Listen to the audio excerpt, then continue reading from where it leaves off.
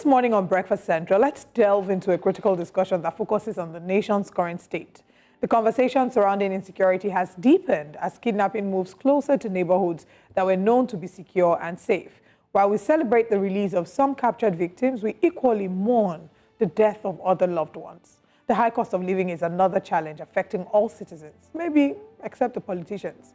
Food prices have soared, reducing the purchase power daily. There have also been calls for quick implementation of relief policies from the federal government that would enable Nigerians to breathe.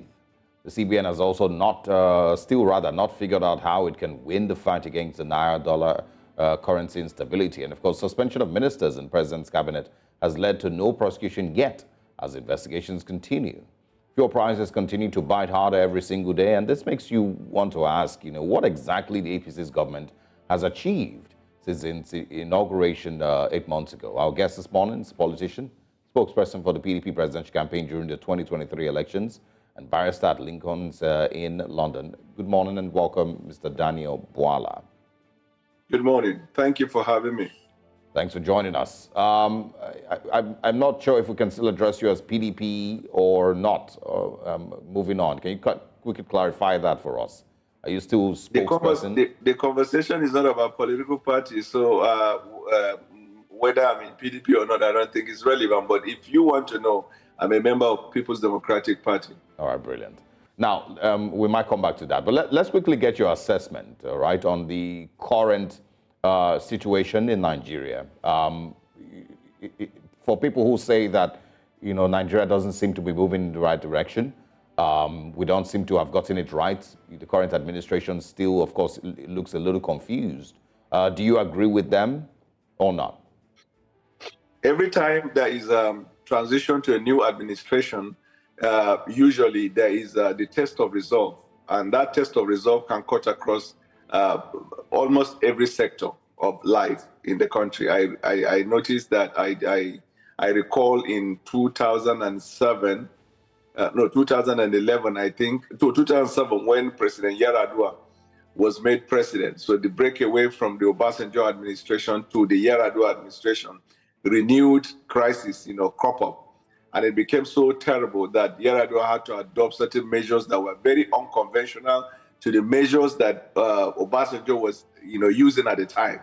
So Yaradua introduced things like the amnesty program, quite a number of programs like that. He was able to bring balance. In 2015, when Jonathan was leaving and Buhari came in, again, we found out that problems and crises rear its head also in a multifaceted way.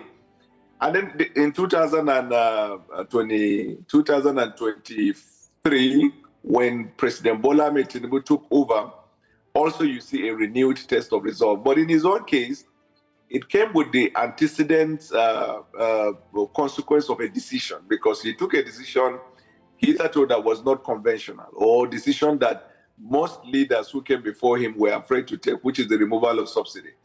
And that decision he has taken affected every facet of life. So the reaction that come from the society now began to find its dimension. Like, for example, the crisis of kidnapping, which is what has been there before, but the dimension which it has taken now, it is unprecedented. So first in context is to look at it that every new administration that comes is faced up with a renewed test of resolve, which is what the administration is facing at the moment. The next stage to see is the administration doing the right thing or pressing the right buttons for the purpose of solving the problems?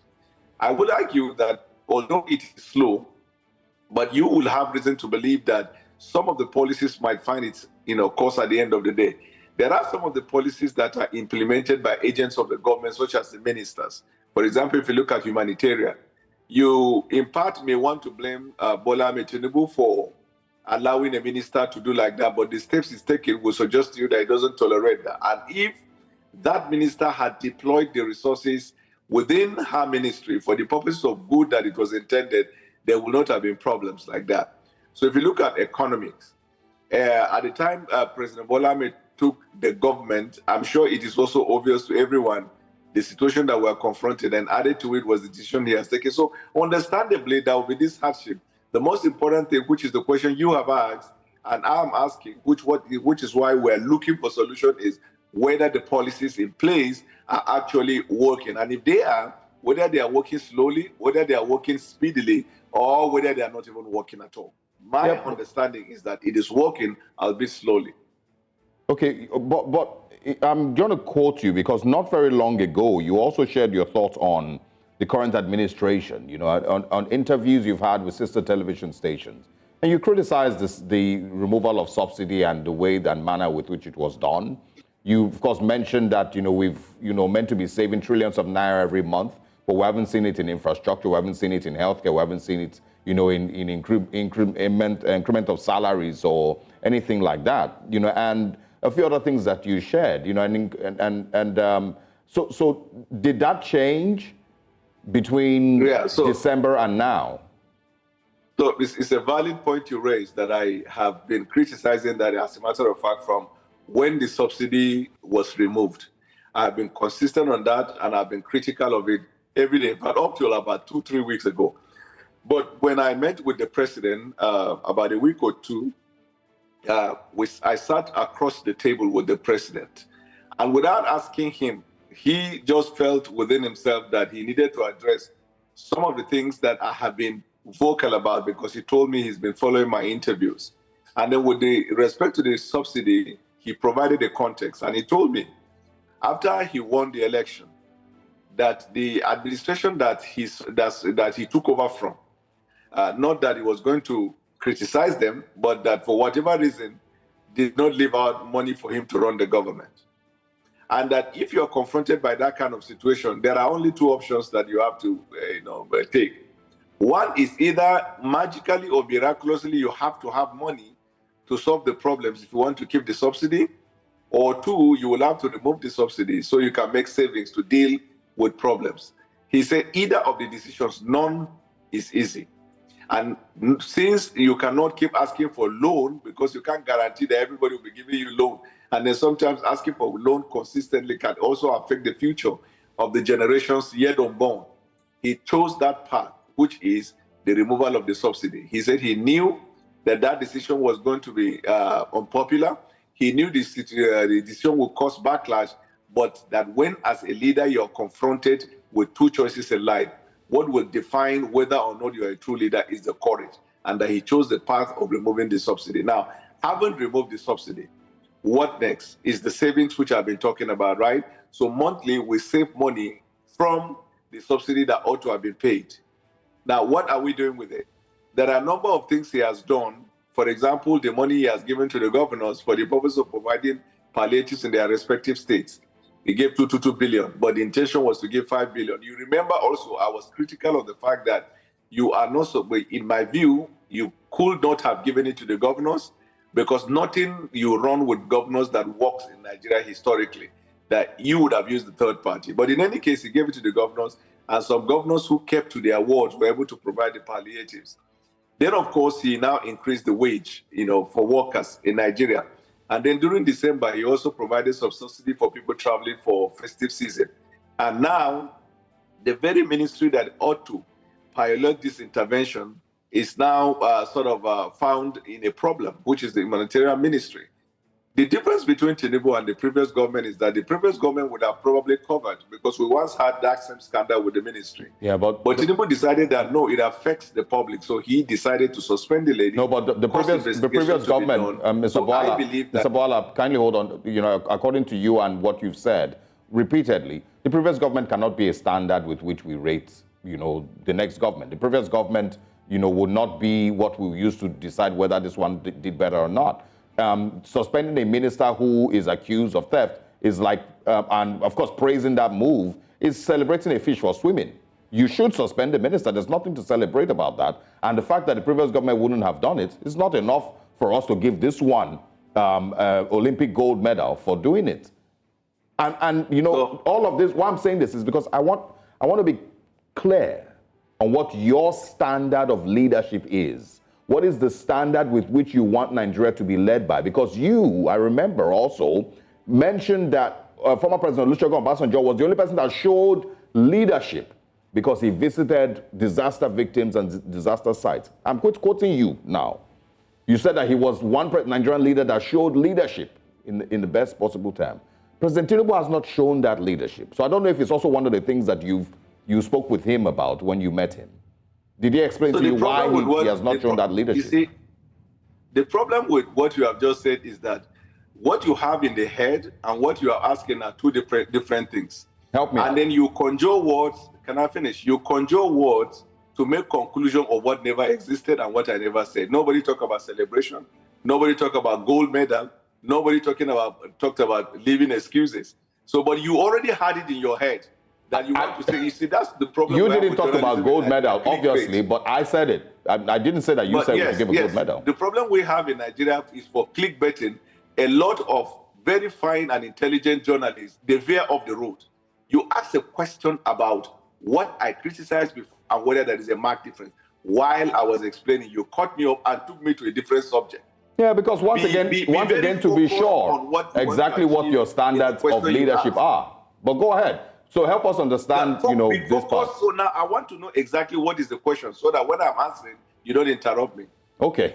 So once again, the question is, the things that you've initially criticized in the past, the standard of leadership, and of course, this started with you saying that we should commend the president for suspending Better Edu. I remember that's what you said.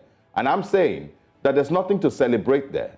There's nothing that should be commended there, because that's what is expected from a president who is, supposedly doing the right thing. Nobody uses the Bwala administration as the standard with which we rate performance.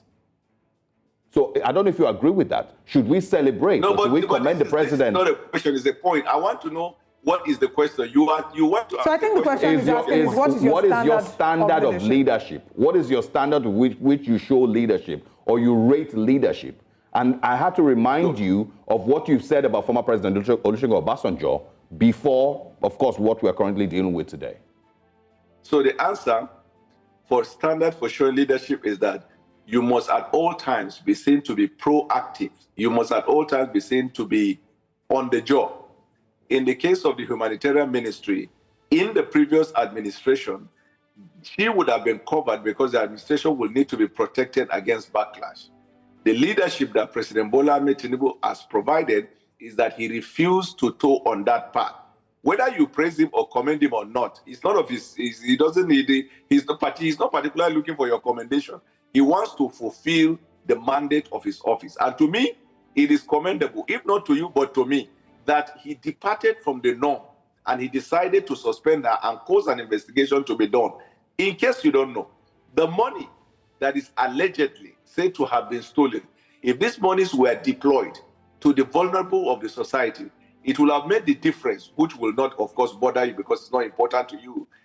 Now, then, but with the point I have said before, this is one of the problems I've been criticizing. So when he did that, I told him this is commendable and I'm quite appreciative. And he now told me that this is just the beginning because there are many more reforms that will come in that light. So it's not about grandstanding. This is about point and point. If you have any point on an issue that you feel he hasn't done well and whether I'm defending that, I'll be happy to address it. If you have a point about what I said about him yesterday and then whether my departure is because there is a significant change, I'll be happy to answer it. But when you ask a question, let the person answer. Don't ask a question and make a point.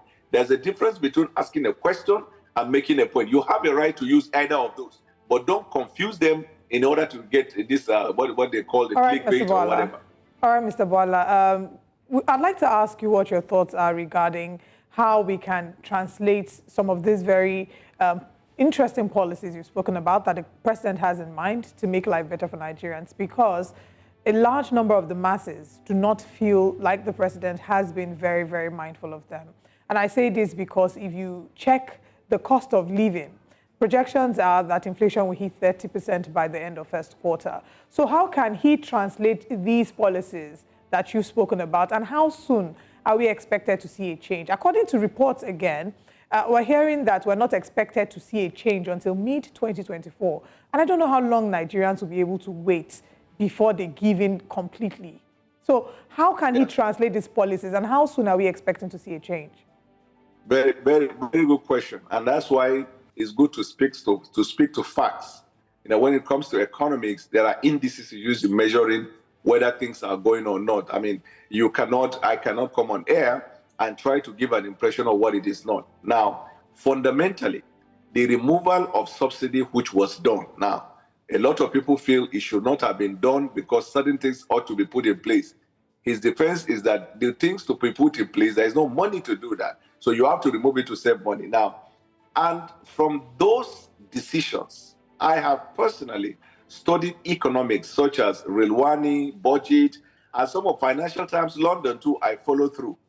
And they said that removal of the subsidy and the antecedent policies that were introduced will not have significant impact in the short term. It is something that will take time before the country will be able to get the right direction. And that's why if you look at the numbers in the inflation, if you look at the numbers in food inflation, if you look at the numbers in so many indices that you use in measuring economic development, you will discover that they are outbid very slow because the decisions were not made to produce immediate result. And I like your point. How soon can we keep waiting? I will shout on top of the roof that there is no magic or miracle to the total turn away or 360-degree turn from the situation we are confronting into to a bliss. But I will tell you that at every given time when a decision is taken, I will look at what the experts are saying in the field and what the realities is on ground.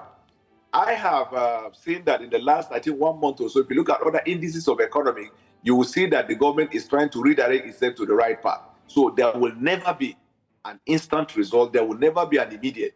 Unfortunately, the decision has to be taken. It has been taken, but it's a decision that will take a long time in order to be able to find our footing. The most important thing to me is that while this ship is being piloted, we have to be sure that public officers do not pilfer on the economy, I mean, on the common good of the people, our own common prosperity, which is money. And we are seeing that in the humanitarian and any other field. So anywhere there is a corruption in the system, we'll be happy to raise it and nobody will be defended from it.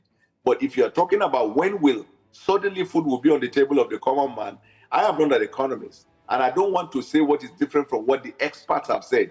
It is not what you can see in the immediate. In fact, like you rightly put out, it will take the mid of this year, sometimes I think June, July, before you can begin to see a little bit of light at the end of the tunnel. It's a decision that has been taken. It's a hard one. Nigerians are to, sometimes I used to even get, I feel somehow when you have to tell Nigerians that we need to buckle up because Nigerians have been buckling up since the inception of the Republic.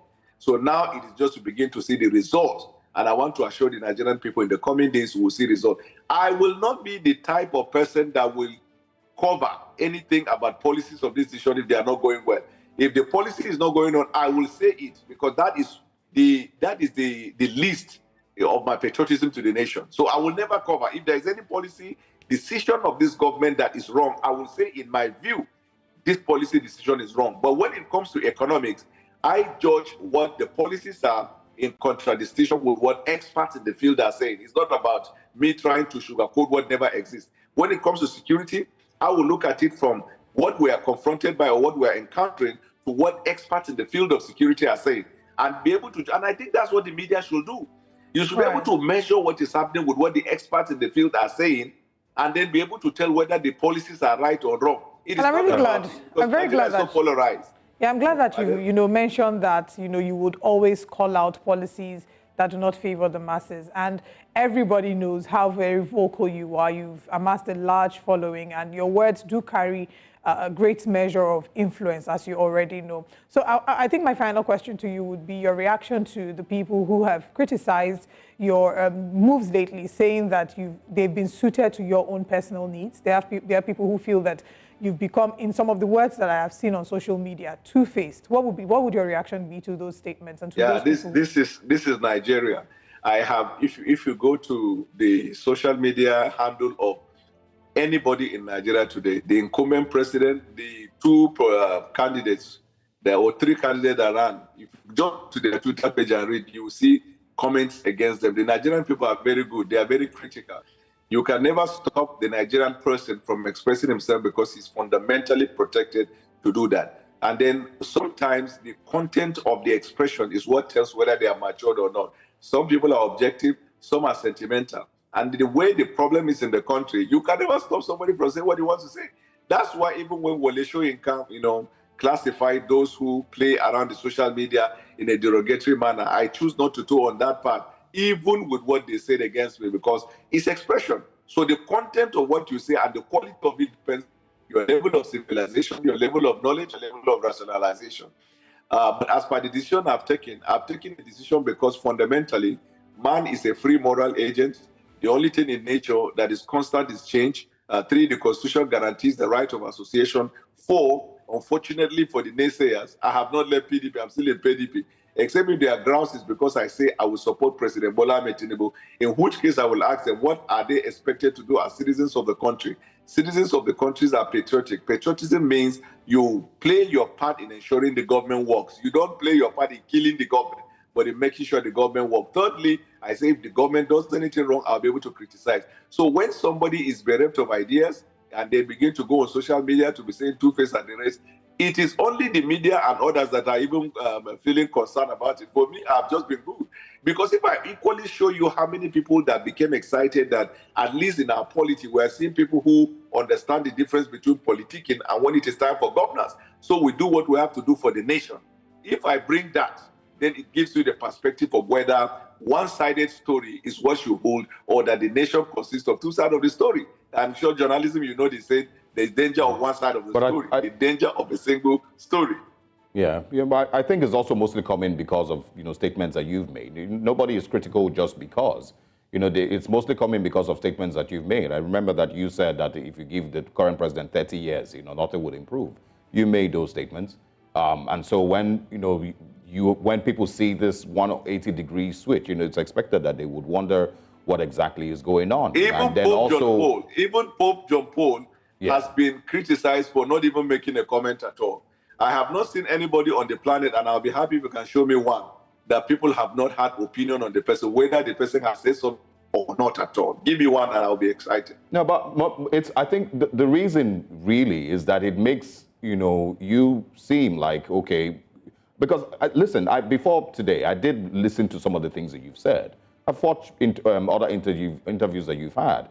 And you said things like, well, Atiku Abubakar didn't, emerge. And so, President Bwala Tinubu is currently in office. And so, of course, you would, have to support him. But, does that, what would you say if someone says to you that, well, that shows that you don't have any ideologies, any political ideologies. You really will, lean towards whoever it is that holds on to power.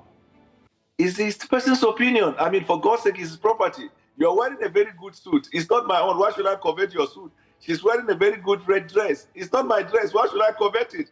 It's when you begin to feel bothered by what someone is saying, you can never do something that will stop somebody from saying what you will have to say. In fact, sometimes, by even doing the good, they say, why did you do this good this time? You should have done it earlier than the time. Now, but in terms of saying anybody is in power, that's why you're supporting the person. You see, I want you to separate between patriotic people and bootlickers. Do I look like a bootlicker that says because I am supporting this administration, therefore I will not call out the administration if they go wrong?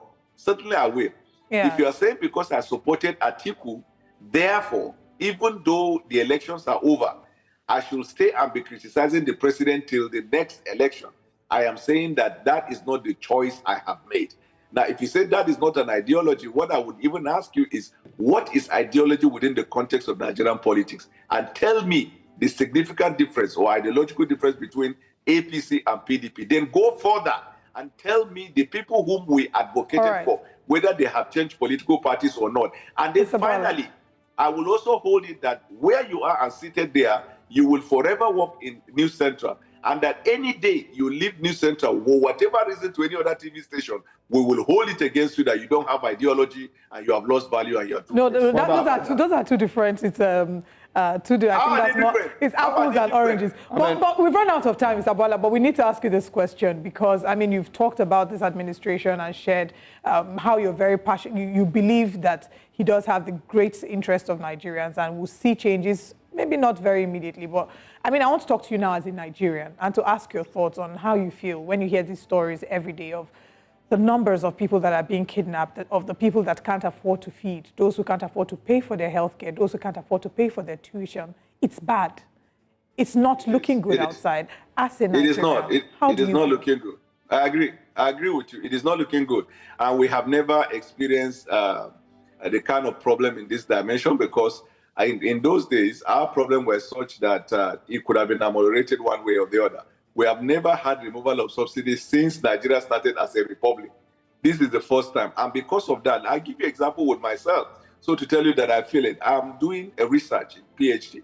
At the time I studied the PhD, the Naira was going for about 600 and something to a pound sterling.